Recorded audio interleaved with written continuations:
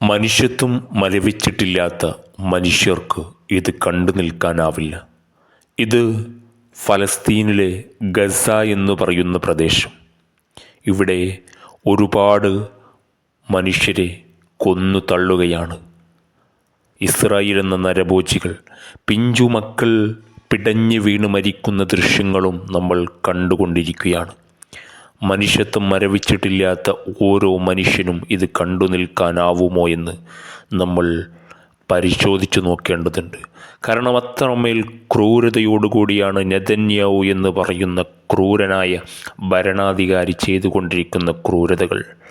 അത്രമേൽ നിഷ്ഠൂരമായി ആ പിഞ്ചു ബാലിക മക്കളെ കൊന്നു തള്ളുന്ന സാഹചര്യങ്ങളടക്കം നമ്മൾ കണ്ടുകൊണ്ടേയിരിക്കുകയാണ്. ഇവർക്കൊരു ചരിത്രം പറയാനുണ്ട്.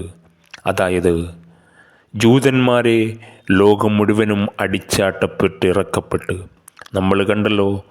ഹിറ്റ്ലറും മുസോളിനിയുടെയൊക്കെ ചരിത്രം വായിക്കുമ്പോഴും നമ്മൾ കാണാറുണ്ട് ഹിറ്റ്ലർക്കൊരു ചരിത്രം പറയാനുണ്ട്. അതായത് ജൂതന്മാരെ കൊന്നൊടുക്കി എന്നുള്ളത്. അതൊരു പക്ഷേ ഇന്ന് ചരിത്രം എടുത്ത് പരിശോധിച്ച് നോക്കുമ്പോൾ അത് അനിവാര്യമായിരുന്നു എന്ന് തന്നെയാണ് നമ്മളെ സൂചിപ്പിക്കുന്നത്. അങ്ങനെ ആർക്കും വേണ്ടാതിരുന്ന ജൂതന്മാരെ ഇരു കൈകളും നീട്ടി ഫലസ്തീനിലെ ജനത കൈനീട്ടി സ്വീകരിച്ചു ഇവരുടെ മുൻഗാമികൾ. അതിൻ്റെ പ്രത്യാഘാതമാണ് ഇന്ന് അവരുടെ പിന്മുറക്കാർ അനുഭവിച്ചു കൊണ്ടിരിക്കുന്നു എന്ന് പറയാതെ വയ്യ. അത്രമേൽ ക്രൂരതയാണ് ഇസ്രായേൽ നരഭോജികൾ ചെയ്തുകൊണ്ടിരിക്കുന്നത്. എന്തിനു വേണ്ടിയിട്ട്? പിറന്നു വീണ മണ്ണിൽ ജീവിക്കാനുള്ള അവകാശത്തെ പോലും ചോദ്യം ചെയ്ത് ആ മണ്ണ് ഒരു കാലത്ത് മുൻഗാമികൾ കൊടുത്തു പോയ ആ സ്ഥലം അവർക്ക് വേണമത്രേ.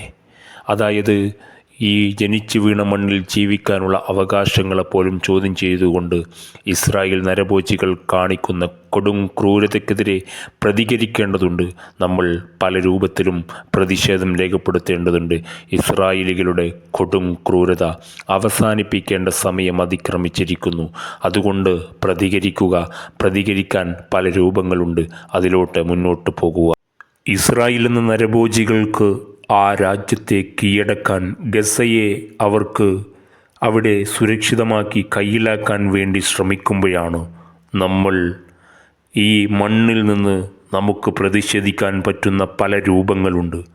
അള്ളാഹു നൽകിയ കഴിവുകളാൽ ശബ്ദം കൊണ്ടോ ഗാനം കൊണ്ടോ അല്ലെങ്കിൽ ചിത്രം കൊണ്ടോ അല്ലെങ്കിൽ സാമ്പത്തിക സഹായം കൊണ്ടോ നമുക്ക് പ്രിയപ്പെട്ട ഗസയിലെ ജനതയോടൊപ്പം ചേർന്ന് നിൽക്കാൻ സാമ്പത്തികമായി സഹായം നൽകിക്കൊണ്ടും ഇസ്രായേലിൻ്റെ കൊടും ക്രൂരതയ്ക്കെതിരെ പ്രതിഷേധങ്ങൾ രേഖപ്പെടുത്തിക്കൊണ്ടും നമുക്ക് പ്രിയപ്പെട്ട ഗസയിലെ മക്കൾക്കും ജനതയ്ക്കും വേണ്ടി ഒപ്പം നിൽക്കാം. അവർക്ക് വേണ്ടി പ്രാർത്ഥിക്കാം.